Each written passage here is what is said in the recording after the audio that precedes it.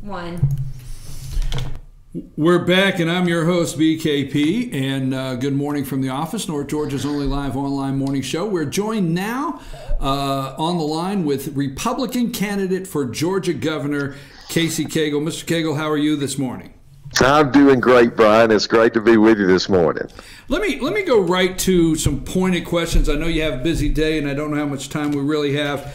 So I'm going to stay with some pointed questions. Last night I had the opportunity to, and I do this all through the campaign season, of going to living rooms where there's 20 people and a candidate is there on a meet and greet. And I went to one in Hiawassee, Georgia last night, about 20 in the living room, and a candidate was there. And what I hear all the time in these little settings, intimate settings, is every single one comes out with the question, no matter the candidate, about the budget.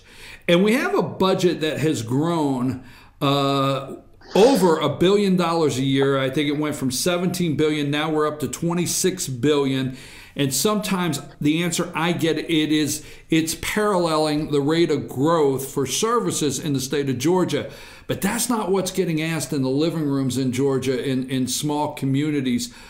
What would a Governor Casey Cagle do about this, what we feel is an exploded budget, and can it be cut? Can we still get the services? What say you?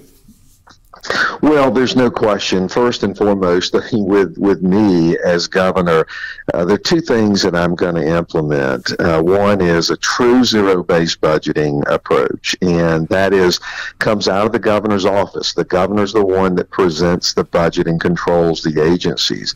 And so one is we're going to have a zero-based budget. And then secondly is that will be put in place with a program-based budgeting methodology. And so that is to specifically direct agencies to understand what it is they're programming in their budget to determine the outcomes that we're looking for. And as a result, oftentimes budgetarily, we're only dealing with what's called the continuation portion of it. We've got to get to the very base and really refocus agencies on doing exactly what they're designed to do and not just continuing to add layer on top of layer. So yes, there is significant cuts that can be made to the budget, and it can be done through utilizing more efficiencies and obviously programming in the right direction. Well, let me say this, and I know I'm not wanting to get the discussion on other states and how they budget, but the Georgia budget, although you balance the budget with tax receipts, which is the state's constitution, that you have to balance it every year. But some other states, they break up departments and pass these appropriations bills individually for departments instead of what I call, even in Georgia, and I know you may not like this, still the budget's like an omnibus where everything does get pushed in, and sometimes it's hard to look in each and every department to see what can be cut. Well, and again, going back to what I just articulated, which I think is very, very important, is you're right. In this omnibus bill, the only thing that you're really analyzing is the increase over and above or the decrease in that particular agency. And what needs to occur is we need to begin every single year, no different than we do in our family or no different than I do in my businesses, the same kind of approach that we start at a zero. We begin over every single year and we program accordingly in a zero-based budgeting approach. That will create greater efficiencies and a reduction in cost as well. All right, let's talk about job growth. And all too many times we hear, and I'm going to come from a conservative side, conservatives don't really like to hear a politician say, create jobs. We don't believe government creates jobs. We would like to hear more of somebody telling us of creating an environment that is business friendly to grow jobs. So can you define what a Governor Casey Cagle would do to promote and put an environment in place for us to grow jobs in Georgia, not create them. Yeah. Well, one, I think you're right. I mean, we do have a tendency to talk about the creation, but let's be honest, government does not create jobs. It is the private sector that does so. And we, as public policymakers, obviously, create an environment by which businesses can grow and add those jobs and be successful. And that type of system is in place, and it needs to be fair and equitable to all. If you're a big business or a small business, a mom and pop, the same type of incentives, tax incentives, need to exist for everyone. And I know that sometimes people use that to think that that's a dirty word, but let me be very clear. Economic development is a full contact sport, and we have statutory incentives that are in place. And when I say that, that means a jobs tax credit. So if you're a small business and you're creating 10 jobs, then you get the same exact job tax credit that a large company like Mercedes-Benz or Amazon or whoever else is coming in. That is important, that we have equitable across the board for all. And then making sure that our environment is conducive. And when we say that, let me be honest, the reason we've been able to create almost 700,000 jobs, or an environment where those jobs can be created, is we have a low tax state. We have a regulatory environment that is fair and just, a tort system that is not onerous to business, and a workforce that is second to none. Those are the four building blocks that have to occur in order to be successful. Now, we've got great assets like the Port of Savannah, the fastest growing port, the airport, which is the busiest airport, Fortune 500 companies that create a synergy where people want to be and locate and be a part of. All of those things are very, very important. And as governor, those are the levers that you have to pull. And the good thing is for Georgia is we have so much to offer and so many companies that want to be here. No one's leaving Georgia to go to California. They're all coming from California to Georgia.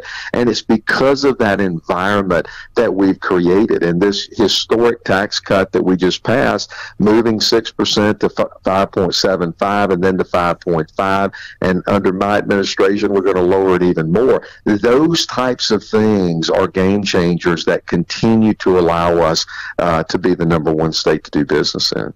Well, we hear that, and I appreciate your answer. So some of us would wonder, why not just say to Amazon, and I know this is not totally your call, I know Governor Deal and the economic development team is working on that, but why not tell Amazon this is the Georgia tax structure that everybody else is working within, and we would love to have you come to our state, but then we're hearing that there may be a special session called just to work out incentives for Amazon. So very quickly, so I can get to a couple more subjects, what say you where that's concerned?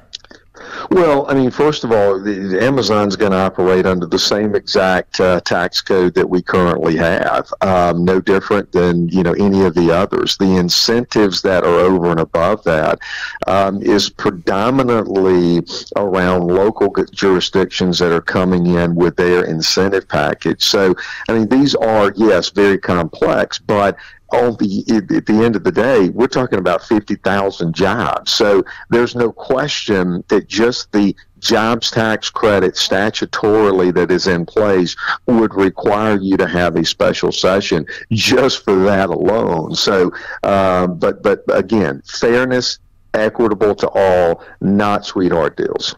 Well, 50,000 jobs in a company like that. Obviously there has to be some sort of impact studies when actually a public location, physical location is determined, and that could take time in itself, what the impact of the area is. I want to move to two things because I know our time is short, and two things where your opponents have. I was at the debate last week, Saturday night, a week ago, where the foster care bill came up, and I want you to clear something up for our viewers and people that you're asking for their vote this morning. The foster came up, and there was discussion on having the adoption, all right, faith-based adoption protection amendment attached to it. And you said you used a legal statement as far as the rules of the Senate that it was not germane to the bill. Is foster care not one to care for children and hopefully reunite them with their family, and also to have maybe adoption? How was that not connected to that bill and could not been put on that amendment on the foster care bill according to the Senate rules, as you stated? Yeah, so there are two components here. Number one is, any opponent or anyone that says that I am not in favor of giving protection to faith-based organizations is just flat wrong, because we passed the bill out of the state Senate. Now, this was an effort to find a vehicle or a writer to attach this language onto another bill. You can do that in the rules of the Senate, but it has to be germane, and germane means that it has to be legally attached in a way that is the same subject matter and the same code section. I am not the person who makes that ruling. It is a legal decision that is rendered by both the Secretary of the Senate as well as legal counsel, and they did not view that amendment as germane. And plain and simple. And so that, I mean, it's not an issue of right and wrong or gray area. It is an issue of clarity, and I had to make that. But for someone to insinuate that we, one, that I'm not in favor of it, and two, we hadn't already passed the bill, we had, and I have fought for that bill, and I'll continue to. Well, let me ask you this, because as Lieutenant Governor, we have had bills, we have had RIFA bills, and the faith-based community out here in Georgia has felt like they've been let down and promised faith-based religious freedom and liberty bills, but then they got to Governor Deal's desk and they got vetoed, or we're in a session to where they didn't get through and get to the governor's desk. Can you tell the voters here in Georgia that are looking for a faith-based religious liberty bill that a Governor Casey Cagle will sign some form of bill? Absolutely, unequivocally, and I have been as clear on this issue as I possibly can. If the legislature passes me a mirror image of the federal RFRA standard, I will sign the bill, plain and simple. It is the law of the land. A lot of the liberal left doesn't like it, and I, that's fine. They don't have to like it, but it is the law of the land, and it is a balancing test that ensures that faith-based organizations and people of faith like me are not discriminated against either. And so I think it is the right thing to do. It has been tried and true and tested over the years, and I'm very much in favor of it, and I'm not backing down. After seeing what would be in the faith-based adoption or faith-based organization protection bill, something, all faith-based organization protection, obviously you'd have to see what was in it, but something like that on your desk could get signed as governor of Georgia. Absolutely. I mean, that's the reason that I worked with Senator Ligon on the bill itself to pass it through the pass it through the Senate, and it stalled in the House. And so there's no question that I would advocate for those types of protections, and I think the bill itself was a fair bill. And again, one of my big issues was the Strengthening Families bill, and that in itself is really helping faith-based organizations to come in with wraparound services for single moms or single parents where they may have an addiction or they may have challenges and they need help with that addiction, but secondly, they need child care. They need someone temporarily to take care of that child. This is a great way for our faith-based organizations to come in through the power of attorney to help them versus having to look to government to solve our problems. This gives the parent the ability to make the right choices through a power of attorney temporarily to give custody for their child. It's a wonderful tool that's going to give parents more choices versus making sure that government is the heavy hand, and that's the direction that I want to go as governor. I have two more things. One is a little deep, and the other one will be very quick. Your other opponent, Brian Kemp, actually came out, and your both campaigns have exchanged words over the NRA. And let me frame this up. During what took place with the NRA and Delta, to put it into altogether Delta, you actually gained some national recognition through a lot of media outlets on your stance and your tweet where Delta and the jet fuel tax exemption were concerned with the NRA and their stance. Let me ask you directly, did any legislation pass, whether it be in the transportation bill that is coming up with the 13 counties, or any other legislation passed this year that gives Delta any kind of jet fuel exemption at all? No is the answer. And it's so frustrating, one, that you have so much fake news and you have individuals that want to politicize something that they know is not factual and is not right.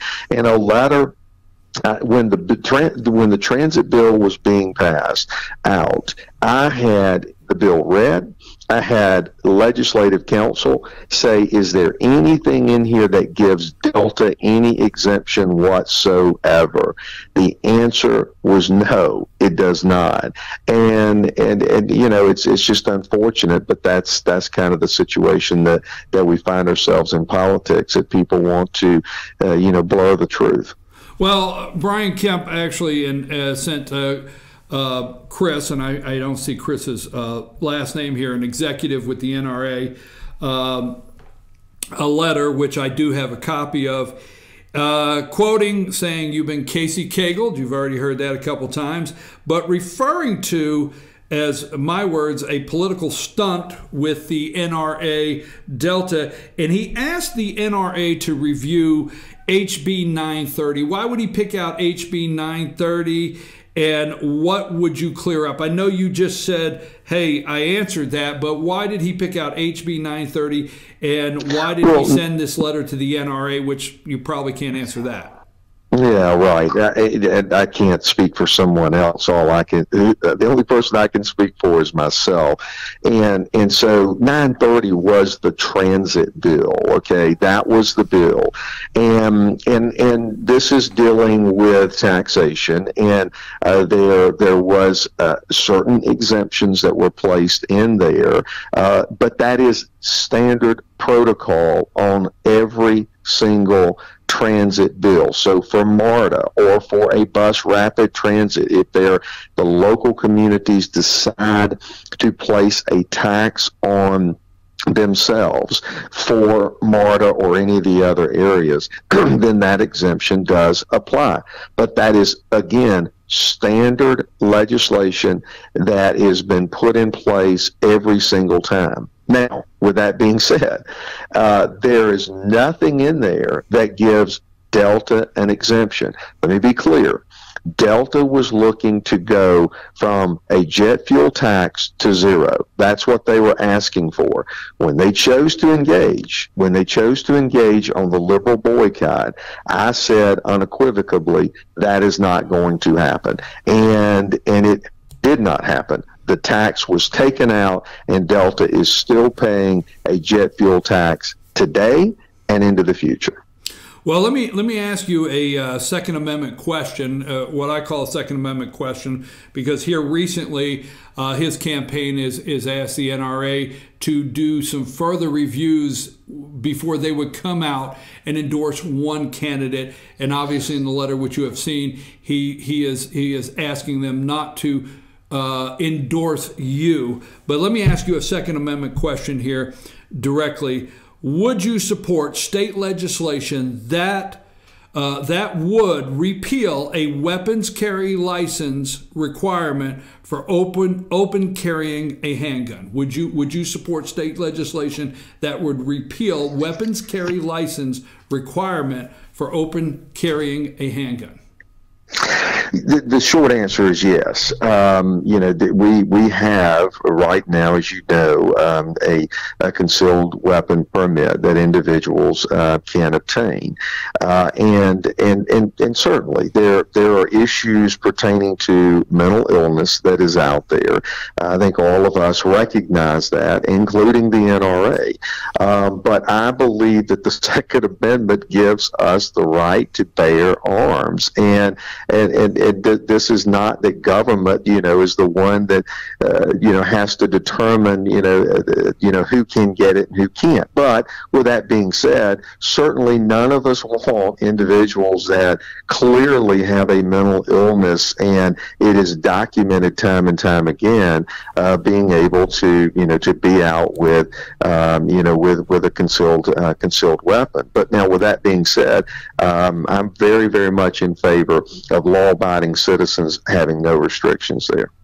We did send every candidate, every Republican and the 2 Democrat candidates for governor, the same request. We have received some back, but the NRA sends all candidates a questionnaire to fill out. I hope we've sent it to the right place, but could you see if we could get a copy of your questionnaire to the NRA? Because we've got other candidates' copy. If you could do that, we'd appreciate it. Sure, yeah, absolutely. And let me just be very clear, too.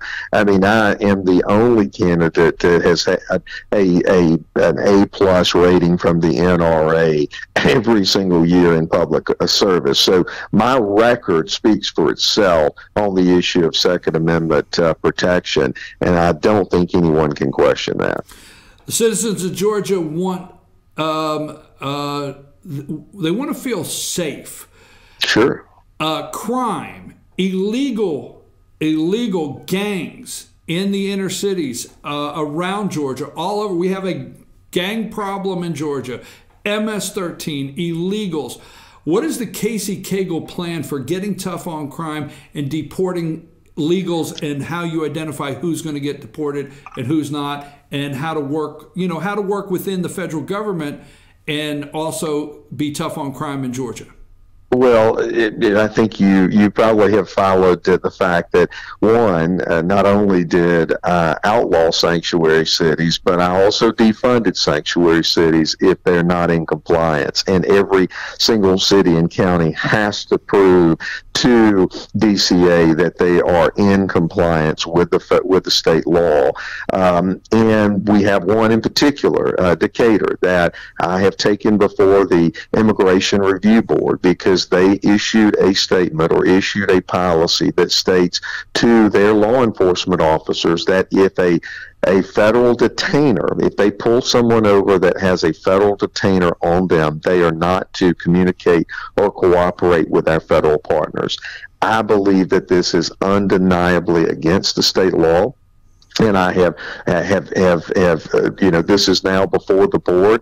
It is the liberal side of Decatur is fighting it at every turn, and that's fine. But I'm going to fight it as well, because I believe that we are right. It is unconscionable to me to think that we are not going a criminal illegal alien that is pulled over by law enforcement with a federal detainer, that you would not cooperate and communicate with federal partners. It's just, it blows my mind. Not to mention the fact that it is a violation of the oath of office that the officer has taken on top of that. And so we're going to push this to make sure that every single city and county is in place. And listen, to the issue of the broader context of law and order, we have to hold every city, every county, and obviously our state accountable to ensure that we are enforcing the laws where people do feel safe.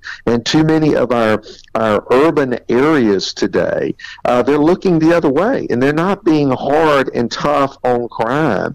And that's the reason that so many of these petty crimes are going on. And even to the point that one city issued a statement that said, we're not going to investigate, or don't call us if someone is shoplifting. Are you kidding me? I mean, what are you saying to the criminal? It's okay because no one's going to comply. This is not going to be tolerated under a Cagle administration. Obviously the governor is Governor Nathan Deal. It's his last term, and I certainly understand all the candidates obviously not wanting to say anything concerning the governor's office, and we're not asking you to do that, and it's understandable. But what would be one or two of the big differences in a Casey Cagle governor's office that we currently don't see? And it's not really that it's looking for a negative in Governor Nathan Deal. And let's put with that, what are maybe some of the bills that you would like to see on your desk that as Lieutenant Governor did not make it through, that maybe you said, I'd like to see this on my desk because I would sign it as governor? So what are some of the differences that you would do and have in the governor's office, and what bills would you like to see on your desk? Well, I think every governor sets his own vision, for where you want to take the state. And this governor, Governor Deal, has done it. He's done a great job. But the torch will be passed on. And for me, the agenda that I want is I want to see a greater economic prosperity where no one is left behind. I want to see an even greater robust economy here for our state. And the reason I want that is because that allows our kids and our grandkids to have the types of jobs that they're going to need in order to be self-sufficient. Not having so many individuals that are sadly enough on governmental assistance and in that trapped in that entitlement process. I want to continue to build this world-class workforce that I've started as Lieutenant Governor with our college and career academies and our dual enrollment, our German apprenticeship programs, our early college initiative. I want every student to have that opportunity. I want to have more adult learning opportunities so individuals can be retrained to get to the workplace and be able to make as much money as they possibly can. That's what we believe in. That's what I want. I want to create that rising tide that lifts all boats in every single community across the state. And I've got the experience and the record and the understanding in order to accomplish that. And so that will be my priorities that are focused. Now, there are other pieces of all of those things that we can talk about, but the broader context of the vision is that we want our kids to have a good paying job and not to have more and more people that are turning to to a life of dependency on government or a life of crime. And this takes the right kind of public policies to move that needle. We talk about immigration, and I'm sorry, sir, I will let you go. I know you're busy, and you've been kind enough to give us already 30 minutes. But we talk about illegals, and some of us immediately go to gangs and MS-13. But, I'd like to hear myself how tough you'll be on illegals and what's going on in Georgia. They're a burden on our healthcare systems. They're a burden on our rural hospitals with indigent care. They're a burden on our school systems. We have to educate these children that come in. They're a burden. We issue them driver's license without distinguishing the difference in legal and not legal on the driver's license. So on, even to the fact that we give our driver's license test in so many different languages. But this is such a burden on the state, not just in gangs. How will you handle illegals in the state of Georgia? I know that's a big question, but is there something you can define in that? Yeah, well, there's multiple things. One is that I have championed really some of the toughest illegal immigration laws in the country, and Georgia is in a good position. But we have to draw the line to work with our federal partners on the issue of illegal immigration. Now, and the president is doing a great job. He's even sending people to the border to make sure that it is protected. And so we have to work with our federal partners, both in Congress, because they need to act, and they need to act swiftly. And honestly, they need to be better supporters of our president, in my opinion.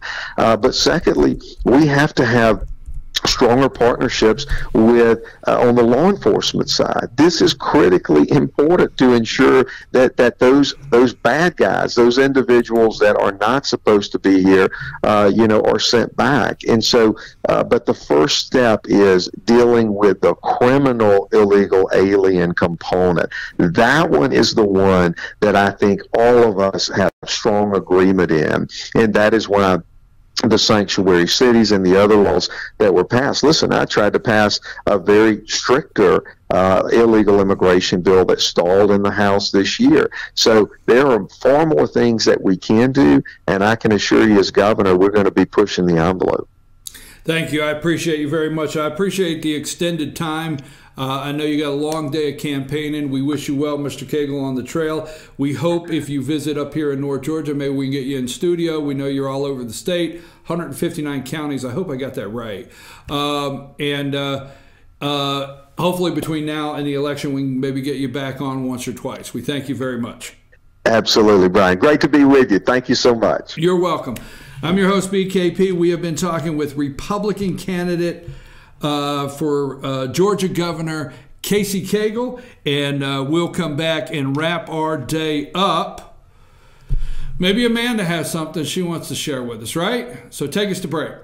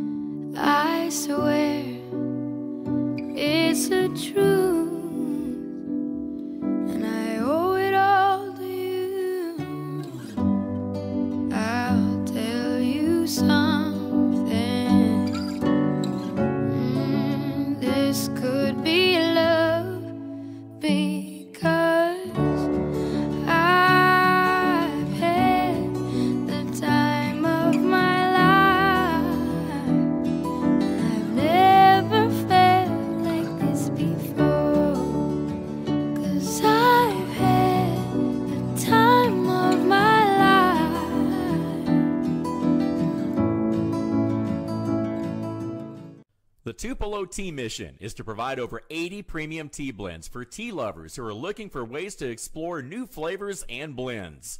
Come visit Tupelo Tea, located in beautiful downtown Blue Ridge at Sycamore Crossing. Be sure to sample our various varieties of honey and tea. Visit us on the web at tupelotea.com or call us at 706-946-TEAS. That's TEAS.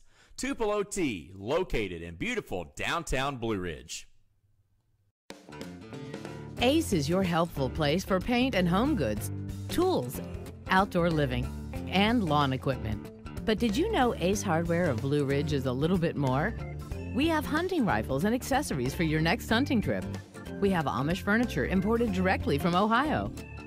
And we have Ace Custom Woodworks for all your custom wood project needs, from cabinets to artwork. Ace Hardware of Blue Ridge. We have your new house in stock. Hi, I'm Rhonda the Mattress Lady, and this is my husband Gary, owners of Mattress Overstocked in LJ next to Walmart. And we want to earn your business. From the time you walk in our door to the time we deliver your new mattress to your door, you will see the difference. Our selection and prices are the best in North Georgia, and customer service is our top priority. So y'all come on in and let us help you find the right mattress at the right price. That's Mattress Overstocked in LJ next to Walmart.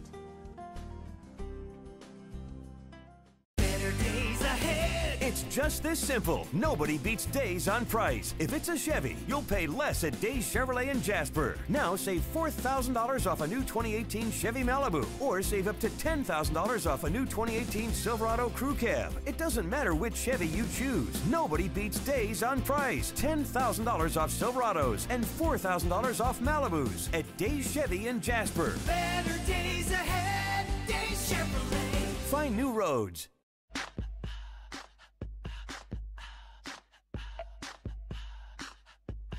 What you gonna do with all that junk?